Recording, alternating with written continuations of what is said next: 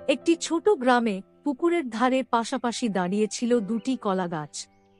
চারপাশে সবুজ ঘাস, নরম বাতাস আর পাখির মিষ্টি ডাক, সব মিলিয়ে জায়গাটি ছিল খুবই শান্ত।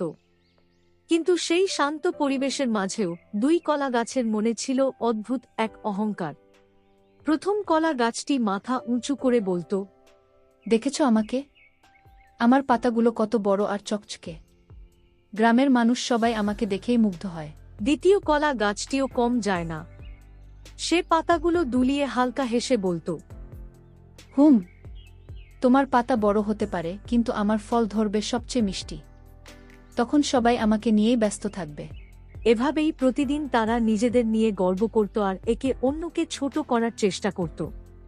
পাশের ছোট ছোট ঘাস আর ফুলগুলো তাদের কথা শুনে চুপচাপ দুলত, কারণ তারা জানত প্রকৃত সৌন্দর্য শুধু বড় হওয়াতে নয়, নম্র হওয়াতেও আছে। কিন্তু দুই কলা গাছ তখনও তা বুঝতে পারেনি। তাদের কথোপকথন চলতেই থাকল নরম বাতাসের মাঝে।